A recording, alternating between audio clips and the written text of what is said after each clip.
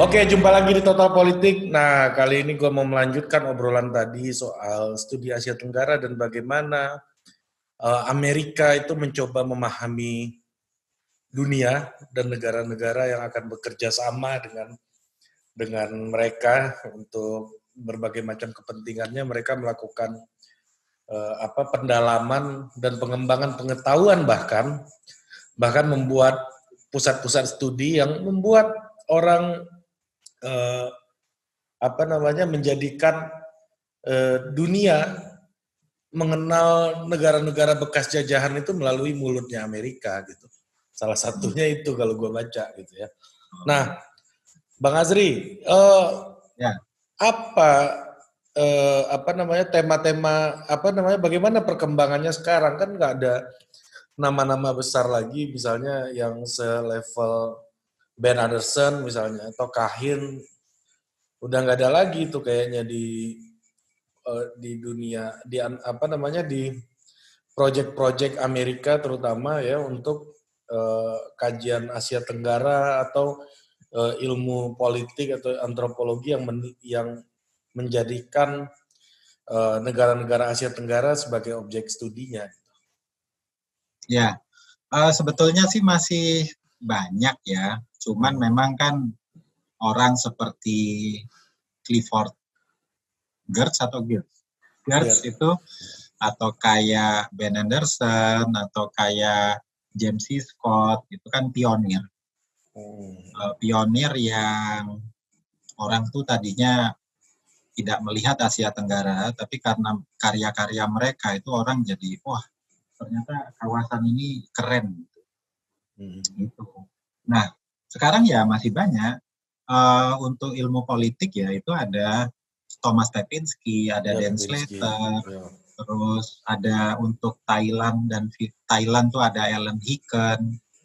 Itu untuk politik itu ada banyak. Terus untuk sejarah itu ada Eric Tagliacozzo yang di Cornell, yang dia risetnya tentang sejarah maritim di Indonesia. Jadi sebetulnya masih ada, cuman memang di kita di Indonesia itu gaungnya itu nggak sebesar seperti ketika kita mendengar Ben Anderson atau Geertz. Nah, kenapa seperti itu? Itu juga tidak lepas dari perkembangan lembaga akademik di Amerika Serikat sendiri.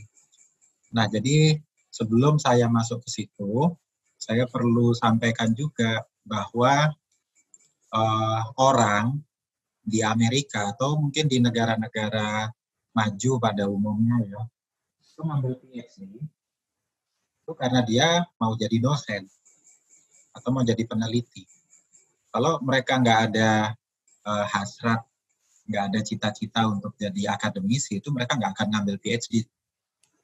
Makanya kalau kita lihat susunan kabinet Amerika, itu nggak banyak PhD-nya. Atau orang yang masuk ke Kongres itu ya biasanya master hukum aja, atau ya sampai level master lah. Atau bahkan kayak political scientist, sepanjang sejarah Amerika, itu hanya ada satu orang yang bisa jadi presiden. Political science. Woodrow Wilson. Cuman itu aja tuh, satu. Indonesia belum ada, Bang. Hah? Belum ada, Indonesia belum ada. Ya karena ini ya, karena memang orientasinya berbeda. Orang ngambil PhD, kalau di Amerika, itu tujuannya adalah nanti ketika dia lulus, dia akan jadi dosen di kampus lain. Ya, entah di Amerika, entah di luar Amerika. Nah, permasalahannya adalah sekarang itu dibandingkan dengan era tahun 50 atau tahun 60, sistem job market atau lowongan kerja di dunia akademik di Amerika itu berubah. Saya misalnya ya, kalau saya misalnya setelah lulus dari NIU saya mau jadi dosen atau jadi profesor di Amerika, itu saya harus ikut job market. Ikut job market itu maksudnya saya harus lihat lowongan, lihat kampus-kampus mana yang punya lowongan untuk bidang saya. Misalnya saya comparative politics ya, itu di mana yang ada lowongannya, saya harus daftar, dan ketika saya daftar, saya itu harus punya rekomendasi yang kuat dari komite atau dari siapapun yang ngerti karya akademik saya supaya saya bisa masuk di kampus itu. Nah, di Amerika itu sekarang trennya adalah bukan ke cross disciplinary lagi, tapi cenderung ke orang ini dia lulusan ilmu politik, tapi ilmu politiknya seperti apa? Sebagus apa? Sebagus apa itu biasanya dilihat dari publikasi dan dia metodenya bisa apa aja. Statistiknya itu dia bisa apa aja. Apa stata doang, apa R doang, atau yang lain. Dan kalau statistik dia bisa GIS enggak? Kalau dia bisa SPSS, bisa GIS, wah itu jadi nilai lebih selain publikasi ya. Nah, tren seperti ini itulah yang menjadi semacam disinsentif buat mahasiswa yang sedang S3 di Amerika untuk belajar area studies, untuk mempelajari kawasan lagi seperti zamannya Pak Ben Anderson dulu. Karena gini, kalau kita mau belajar kawasan, itu kan kalau nggak belajar bahasanya itu kayak apa ya, nggak kolu gitu loh. Nggak sah, nggak legitimate. Nggak sohi ya. Iya, saya nggak belajar, saya belajar Kamboja nggak belajar bahasa Khmer itu kayak, lah terus kamu ngaku belajar Kamboja itu gimana? Harus tahu bahasanya. Dan belajar bahasa itu kan susah. Bahasa itu kan bukan hal yang 1, 2, 3 semester kita bisa nguasain. Enggak. Itu perlu waktu dan lebih mudah kalau kita belajar bahasa di negara itu. Karena kita dipaksa ngomong kan tiap hari. Nah daripada seperti itu, lebih gampang belajar yang metode-metode lain. Betul. Belajar pakai SPSS, belajar GIS, atau belajar metode-metode yang lain yang dalam waktu 1, 2, 3 semester kita paling tidak udah bisa lah. Ya regresi udah bisa gitu, bivariate udah bisa. Nah, itu kan investasinya itu nggak sebesar kalau wah saya mau belajar, misalnya saya orang Amerika ya, oh saya mau belajar Filipina, saya harus belajar Tagalog dulu. Terus saya harus ke Filipina tinggal di sana 6 bulan atau setahun, itu kan costly, ongkosnya besar. Yang nah, dulunya itu dilakukan oleh Ben Anderson dan kawan-kawan kan? Iya, ya sampai sekarang juga masih, cuman kan kalau dulu kayak Herbert Fate itu sebelum dia ke Cornell dia kerja di Departemen Penerangan di Jakarta. Dan setelah dia di Cornell pun dia masih bisa fieldwork 3 tahun. Dan Lev itu bisa fieldwork 3 tahun. Dan Anderson bisa fieldwork 3 tahun. Nah kalau zaman sekarang fieldwork 3 tahun, wah ya lulus PhD udah ketuaan, udah. Ketika kita ngelamar pekerjaan ya, terus dilihat, oh ini PhD-nya berapa tahun? Wah, kok 9 tahun. Nah ini pasti nggak niat ini, males-malesan ngerjain disertasinya. Jadi susah kan untuk melamar pekerjaan. Nah akhirnya itulah yang menjadi disinsentif untuk mempelajari area studi secara mendalam, secara serius. Ini konteks Amerika loh ya. Kalau Australia, Inggris, Jepang, dan lain-lain beda. Karena mereka kan sistem pendidikannya juga nggak selama di Amerika. Kayak gitu. Jadi akhirnya orang tuh lebih banyak ngambil yang, udahlah yang, ya tetap rigorous, tapi apa ya, nggak makan waktu lama. Jadi ada kompromi-kompromi di situ.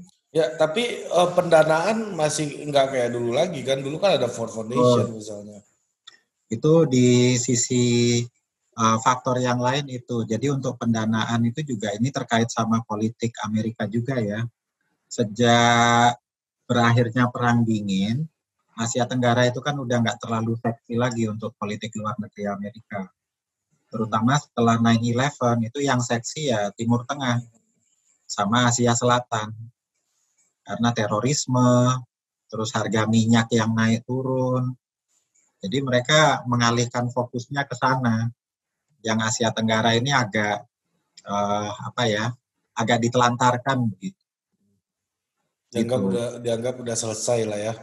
Ya, dianggap bahwa ini udah beres kok, Vietnam udah free market kok, Cina udah free market, udahlah beres.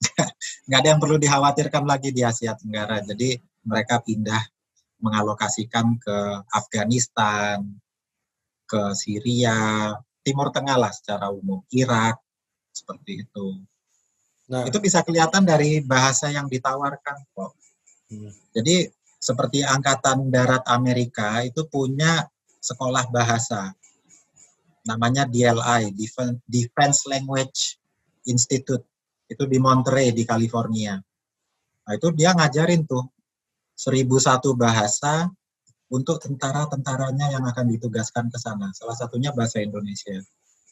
Nah, kalau mau ngelihat kepentingan Amerika itu sebesar apa terhadap negara tertentu, lihat aja bahasa yang diajarin di DLI itu gimana. Karena begitu kepentingan Amerika itu udah berkurang, udah itu pengajar bahasanya langsung diputusin tuh kontraknya satu-satu. Kita udah nggak butuh bahasa ini. Gitu. Oh, Kelihatan di situ. bahasa Indonesia udah diputus dong?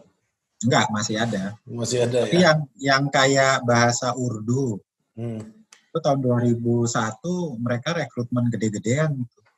Karena Taliban itu rekrutmen gede-gedean.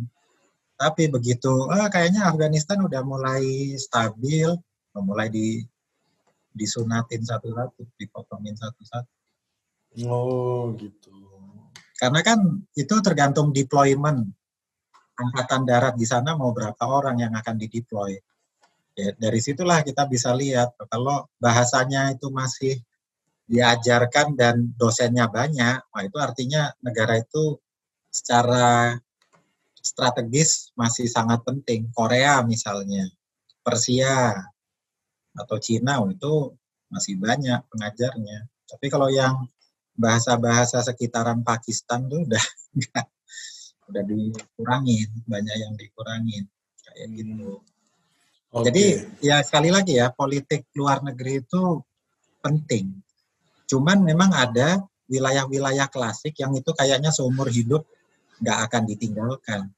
Sama kayak kalau di Amerika ya, kajian tentang Amerika Latin, Karibia, wah itu nggak akan hilang itu karena tetangga. Ya ini kembali ke soal teman-teman. Hikmah kemarin ya.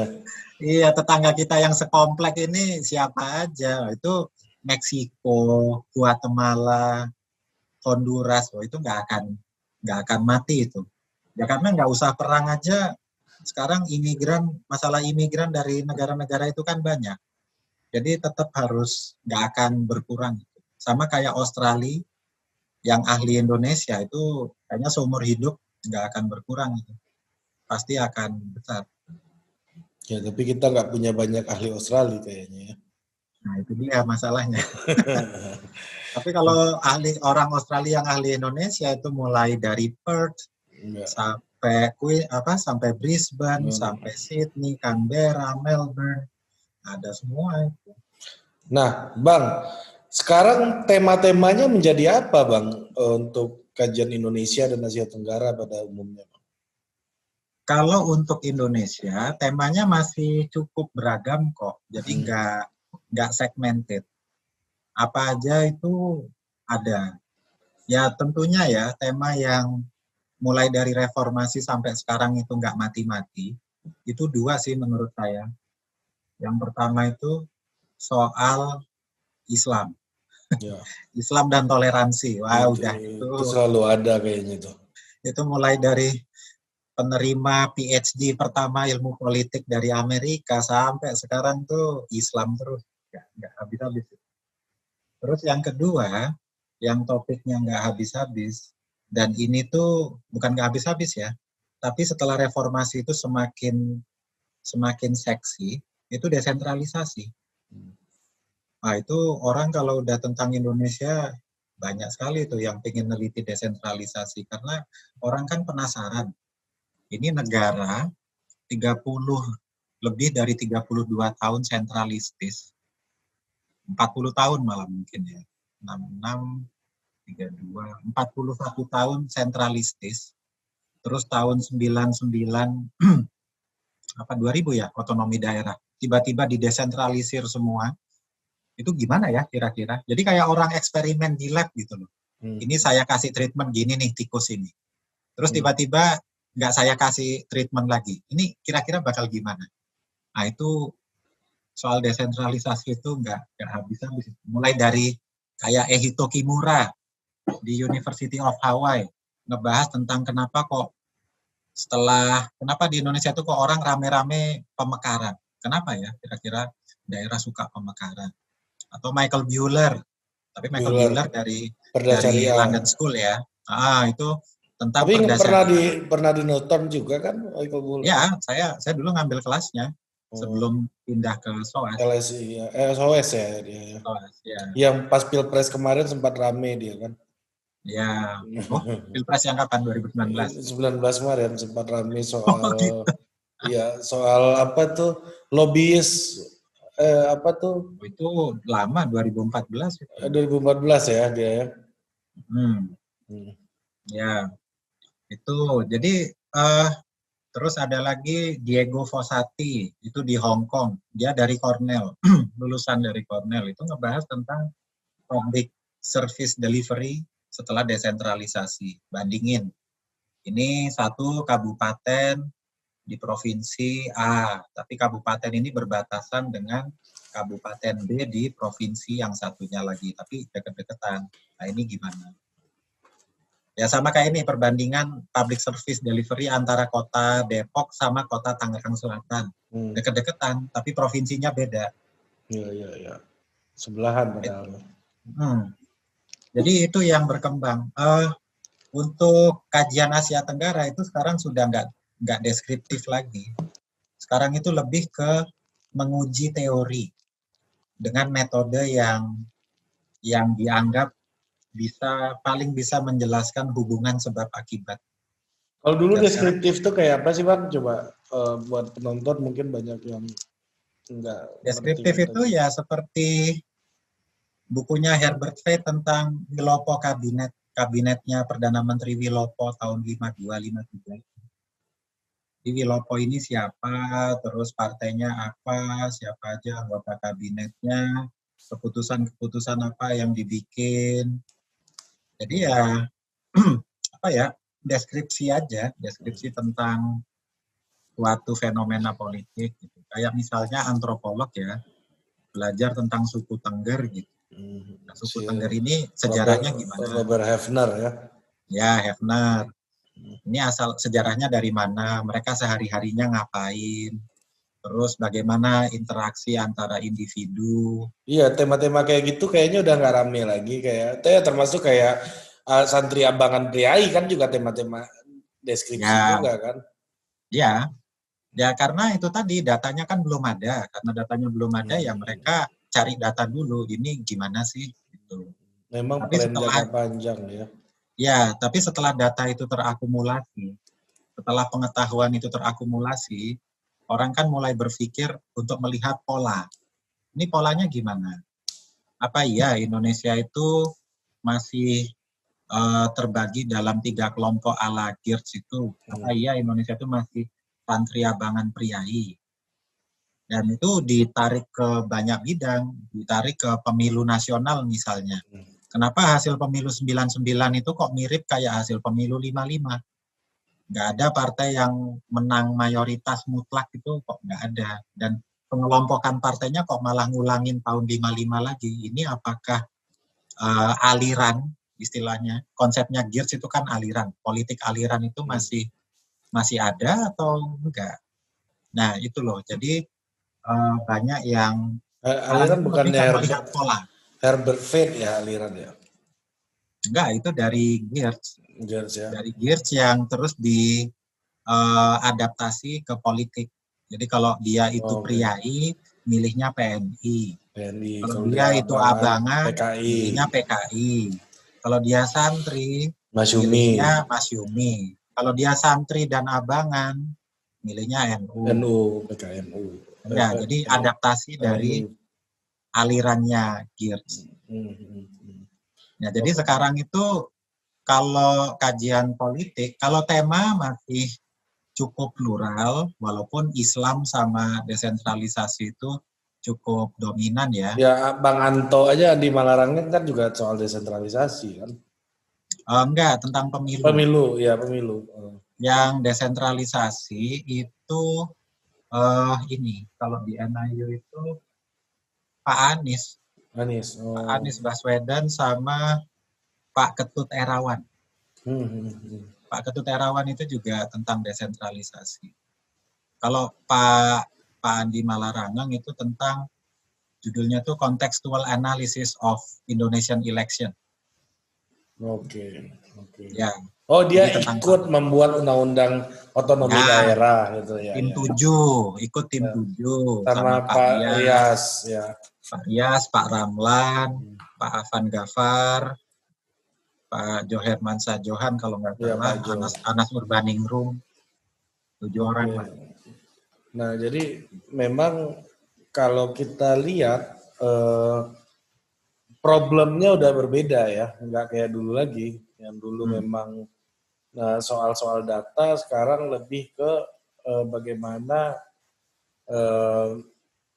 mencari pola-pola dan mencari kesimpulan-kesimpulan baru terhadap objek studi ini Indonesia ini gitu ya. Dan tema, nah itu lagi satu lagi Bang, pertanyaan gua, kenapa Indonesia itu tema Islam dan desentralisasi itu tidak tergantikan gitu? Ini menurut saya ya, saya juga bukan orang yang mendalami politik Islam. Walaupun dulu waktu jadi asdos di UI, itu saya sempat ngajar tentang Islam sih, tapi cuma 3 pertemuan. Saya kira kenapa Islam itu kok awet jadi topik, itu karena Islam dan nasionalisme di Indonesia itu berkelindang. Jadi itu kayak hal yang nggak bisa dipisahkan sama kayak. Maksud gua, kenapa orang Amerika itu perlu tahu itu apa yang terjadi di Indonesia soal Islam di Indonesia gitu? Kenapa mereka tertarik maksudnya? Ya kan tema karena, itu kan bukan hanya kita yang bawa, tapi pasti mereka punya interest dulu. Gitu. Ya itu tadi, karena Islam di Indonesia itu menurut mereka unik. Islam di Indonesia itu ya unik, itu kan istilah lainnya itu aneh. Buat mereka tuh kok Islam bisa kayak gini ya di Indonesia ya. Padahal di negara lain Islam nggak kayak gitu loh. Nah kayak gininya itu macam-macam interpretasinya. Ada yang menginterpretasikan Islam di Indonesia itu sangat toleran. Atau kayak Jeremy Mencik, Islam di Indonesia itu ya, apa sih istilahnya dia tuh? Toleran tapi nggak liberal atau gimana gitu. Saya lupa. Ada tuh bukunya dia tuh. Dan dia ini sangat ngelihat dari sejarah sih. Jadi memang, dan di Amerika di Barat kan secara umum agama itu dianggap udah selesai kan sebetulnya. Kan kebawa teori ya modernisasi lah. Kapitalisme makin berkembang, orang makin banyak yang pendidikannya makin bagus. Nah jadi agama itu udah nggak penting lagi.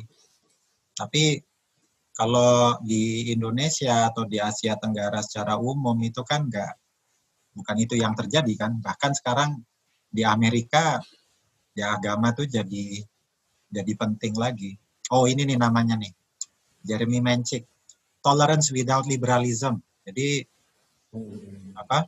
ya Islam itu toleran tapi nggak liberal kalau katanya si Jeremy Mencik untuk kasus Indonesia. Jadi interpretasinya itu macam-macam. Atau misalnya kayak kenapa kok bisa ada organisasi agama pengikutnya itu puluhan juta. Itu penjelasannya gimana? Seperti itu. Jadi buat mereka Islam itu unik di Indonesia itu. Dan kalau kita baca ke artikelnya Kehin yang tadi saya sebut, jadi waktu Kehin itu dapat duit dari Ford Foundation dan dia bikin Modern Indonesia Project, dia pergi ke Indonesia dan di Indonesia dia konsultasi dulu loh soal topik apa nih yang perlu. Saya punya uang ini dan saya mau riset tentang Indonesia, mengajak cendekiawan Indonesia juga. Kira-kira topik-topik apa yang menurut bapak-bapak saya perlu lakukan di Indonesia. Dan dia konsultasi dengan kalangan elit Indonesia, dengan Bung Karno, dengan Bung Hatta, dengan Pak Natsir, dengan Pak Sumitro Joyo Hadikusumo, dengan Pak Joko Sutono, banyak, dengan Muhammad Yamin. Dan salah satu yang menyarankan teliti tentang Islam itu Bung Hatta sama Natsir. Jadi Bung Hatta itu punya dua usul. Teliti tentang Islam di Indonesia, sama teliti juga tentang koperasi. Itu. Dan itu tahun 54 atau tahun 55. Nah, buat orang Barat, buat Amerika ya memang Islam di Indonesia itu unik dan macam-macam gitu loh, nggak hanya satu kelompok, tapi sangat unik dan kayaknya mereka belum menemukan polanya. Makanya mereka masih terus belajar karena kayaknya mungkin polanya begini, tapi loh nggak kayak gini, ya kayak gitu. Jadi sekarang itu apa ya? Singkat kata, studi kawasan Asia Tenggara, khususnya untuk politik ya, kalau di Amerika, mereka itu mencoba untuk bikin teori yang teorinya ini bisa diaplikasikan di negara lain, yang di luar Asia Tenggara. Makanya orang kayak Ben Anderson sama James C. Scott, itu reputasinya global, karena teori yang mereka bikin, Ben Anderson tentang nasionalisme, Imagine Communities, sama James C. Scott, soal perlawanan tentang gerakan lewat bukunya Weapons of the Weak, itu termasuk dua buku yang sangat diperhitungkan senjata orang-orang lemah ya, senjata orang lemah, karena teori mereka ini ternyata beresonansi di wilayah-wilayah lain. Dan tidak hanya itu, James Scott itu jadi quotes malah. Senjata orang lemah ya kelemahannya itu sendiri. Gitu. Iya. Malah jadi quotes motivasi malah mempengaruhi dunia bisnis dan lain-lain. Nah, itu saking kuatnya resonansinya kan, saking kuatnya. Dia Malaysia kan penelitiannya itu ya. Ya, dan uniknya ini menurut saya. Dua orang ini yang karyanya itu diakui tidak hanya di Asia Tenggara dan tidak hanya ilmu politik, itu adalah dua orang yang sama-sama dilarang masuk ke negara yang dia pelajari. Betul. Ben Anderson nggak boleh masuk ke Indonesia. Akhirnya dia ya udah saya belajar Thailand. Dari Singapura ya. Saya belajar Filipina aja. James C. Scott tadinya belajar tentang Myanmar. Terus tahun 62 Myanmar kudeta militer, dia nggak bisa masuk Myanmar, ya udah saya belajar Malaysia aja. Nah, itulah kembali ke hikmah yang kemarin, kita itu harus belajar yang lain-lain. Jangan hanya belajar satu aja. Karena teori yang kuat, teori yang bisa menjelaskan fenomena di banyak tempat, itu baru bisa kita temukan setelah kita mempelajari banyak negara. Banyak entitas politik, banyak entitas sosial. Misalnya Ben Anderson itu nggak dilarang ke Indonesia, dia pasti akan ngebahas tentang Jawa terus. Iya. Itu idea of culture in Javanese, idea of power in Javanese culture itu udah itu aja terus. Power and language gitu kan. Power and language. Jadi ya itu tadi, kita di Indonesia perlulah kita itu mempelajari negara-negara yang di sekitar kita supaya kita bisa melihat pola. Intinya adalah Asia Tenggara itu penting karena inilah kawasan yang begitu banyak perbedaan. Kawasannya satu ya, tapi perbedaannya banyak banget. Tapi dari perbedaan yang sangat banyak, itu persamaannya juga banyak.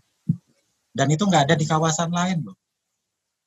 Orang belajar Asia Selatan itu pengaruh Hindunya kuat. Orang belajar Asia Timur, ya pengaruh Konfusianismenya di mana-mana ada. Coba Asia Tenggara. Persamaannya ada, kita bisa merasakan. Tapi ketika kita gali lebih dalam, enggak, ini kayaknya enggak sama. Gitu. Ketika kita bisa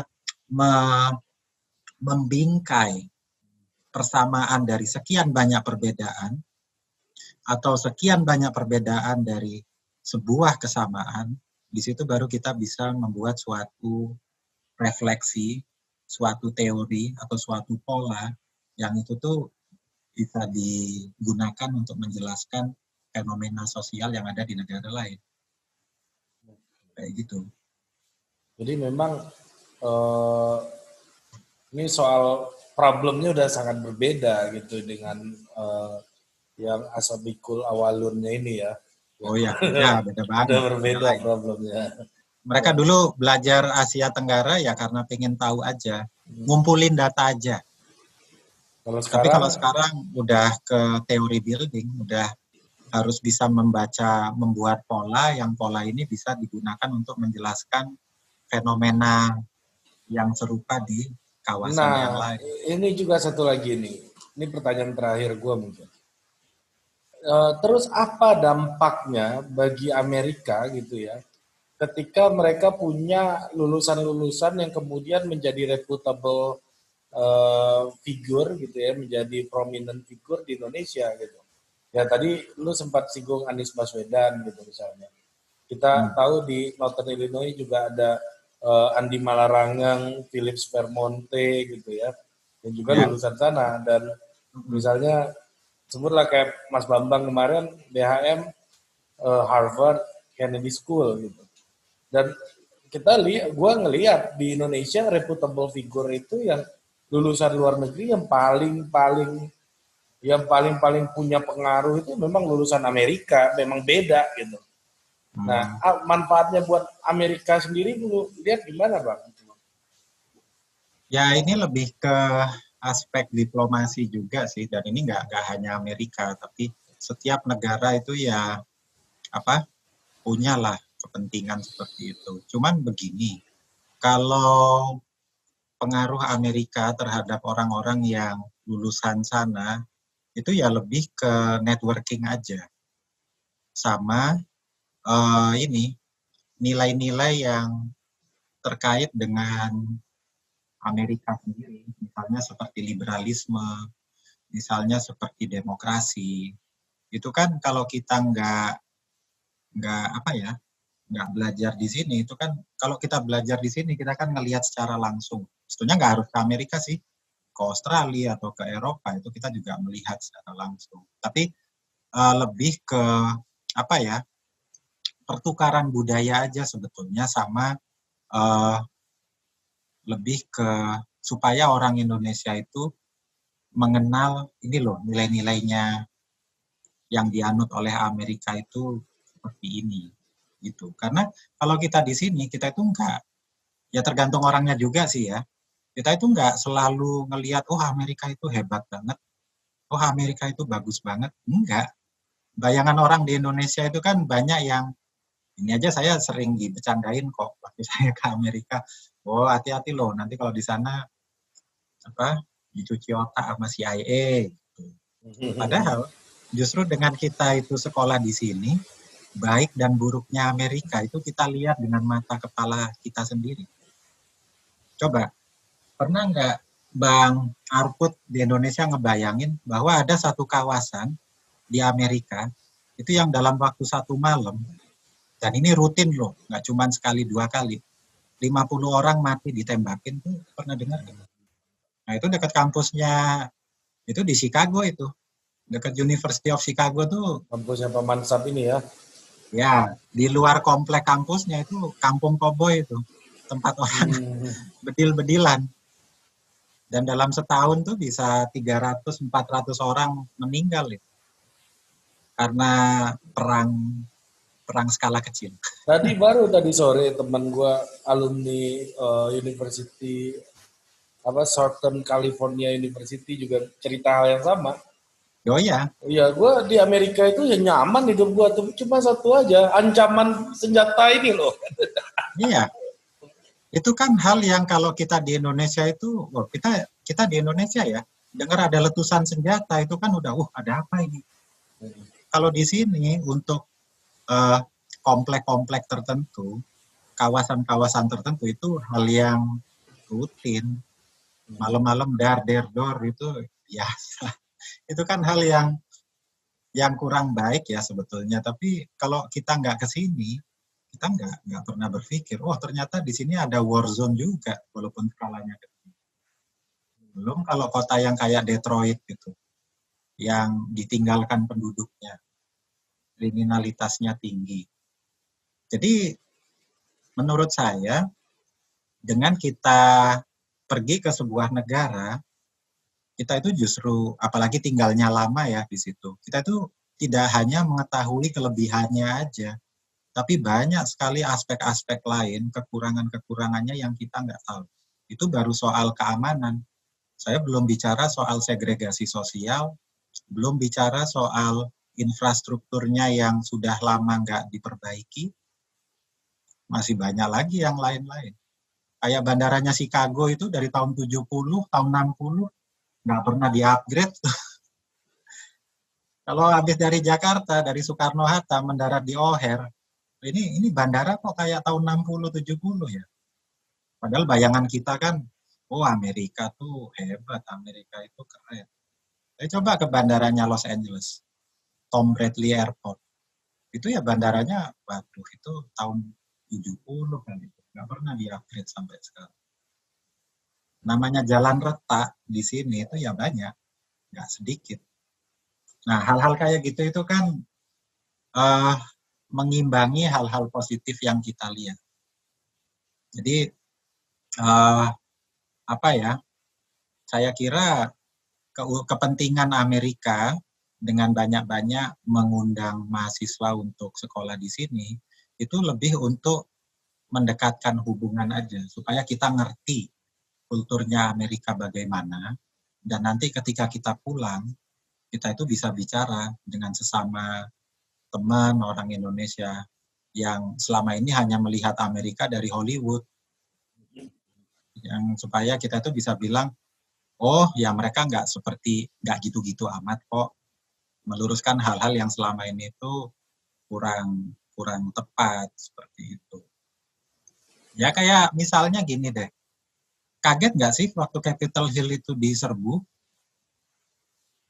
Kaget. Lumayan. Kalau di Indonesia kan, ya. Kalau di Indonesia kan biasa itu. Ya. Gedung digeruduk itu kan biasa. Nah, tapi dari kasus Capitol itu kan kita lihat bahwa untuk pengamanan pun mereka itu koordinasinya itu juga bermasalah. Polisinya Capitol minta tambahan pasukan tapi nggak dikirim. Wali kota Washington minta tambahan pasukan tapi nggak dikirim. Tapi kalau di Indonesia coba, kalau mau sidang umum MPR gitu, itu kan pengamanan itu koordinasinya ya udah satu komando aja, bukan hal yang sulit. Nah itu kan bahkan tahun 98 membuat Pam Swakarsa untuk sidang istimewa itu kan. Nah itu kan hal yang kalau di film Hollywood kita nggak lihat. Bahwa koordinasi itu juga masalah di sini. Susah loh koordinasi. Di sini tuh kadang satu unit dalam satu departemen itu belum tentu ngobrol dengan unit yang lain. Dan itu kita nggak akan tahu kalau kita nggak lihat sendiri. Yang kalau di film Hollywood kita nggak pernah lihat. Kita lihat kerennya doang. Betul. Jadi memang orang ya itu hikmah ya. Hikmah. Bahwa orang negara sebesar Amerika pun juga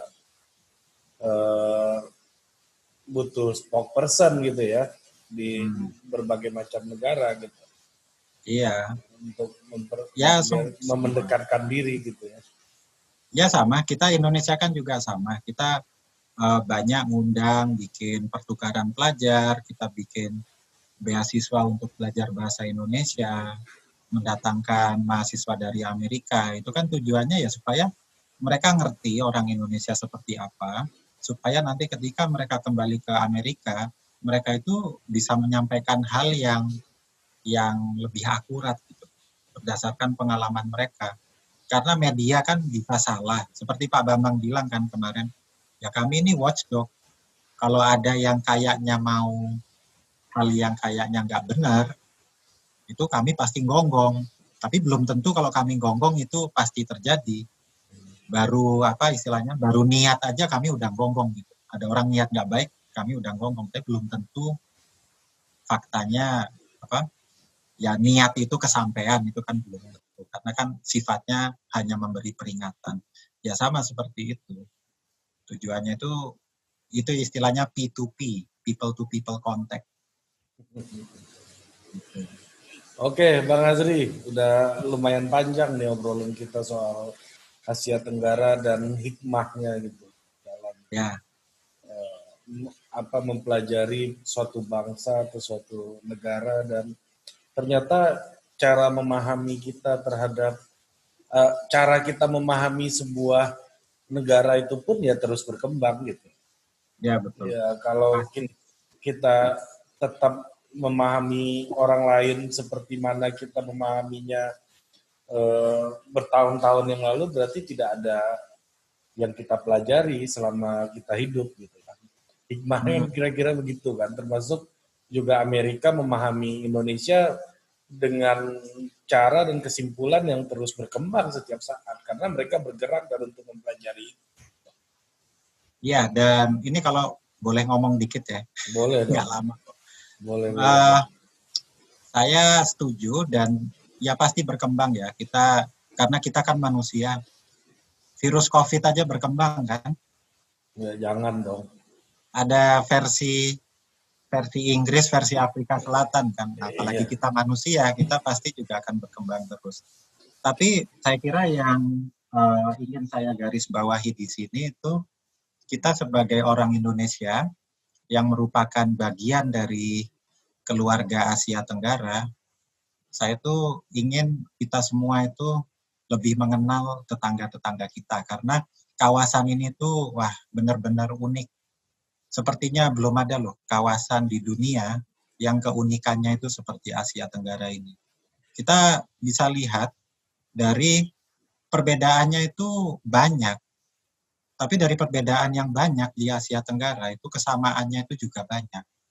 Misalnya dari segi bahasa, kalau kita nyebut pengajar itu guru, di bahasa Melayu itu ya namanya guru juga, bahasa Thailand namanya guru juga, bahasa Burma juga nyebut guru, bahasa Khmer juga nyebut guru, Laos juga guru, Vietnam guru, dan Tagalog itu juga guru. Gitu. Bahasa misalnya, bahasa itu dalam Melayu ya namanya bahasa, Indonesia bahasa, bahasa di Thailand namanya pesa, di Khmer namanya piesa. Jadi kesamaan itu banyak, tapi di balik kesamaan itu perbedaannya juga banyak. Jadi sayang kalau kita yang bertahun-tahun tinggal di Indonesia, di Asia Tenggara ini, kita nggak belajar negara-negara di sekitar kita yang memang perbedaannya banyak, tapi persamaannya juga banyak. Itulah sebabnya kenapa orang kayak Ben Anderson sama James C. Scott, itu teorinya itu sangat dihormati oleh banyak orang ya, karena mereka hutang budi itu dengan keberagaman yang ada di Asia Tenggara ini. Itu sih. Oke, Pak. Dan itu kalau kata Ben Anderson, ya ini bagian dari bagian dari kehidupan bohemiannya yang keluar dari dalam tempurung katanya. Iya, Ya, gitu. betul. Ya, kita harus lebih ya membuka diri lah dan selalu terbuka untuk mengetahui hal yang berbeda. Karena dari perbedaan itu kita bisa melihat persamaan dan dari kesamaan itu kita juga bisa lebih memahami perbedaan. Oke. Oke, makasih banyak Bang Azri. Selamat Sama-sama beraktivitas lagi dan ya, selamat kita beristirahat. berharap Bang Azri bergabung lagi di diskusi selanjutnya. Kita mungkin membahas sejarah Amerika, kayaknya seru ini. Karena Wah, second field-nya Amerika government kan katanya tadi. ya insya Allah. Ya. Oke Bang Azri, sampai jumpa lagi Bang Azri. Produced by Total Politik and powered by haluan.co.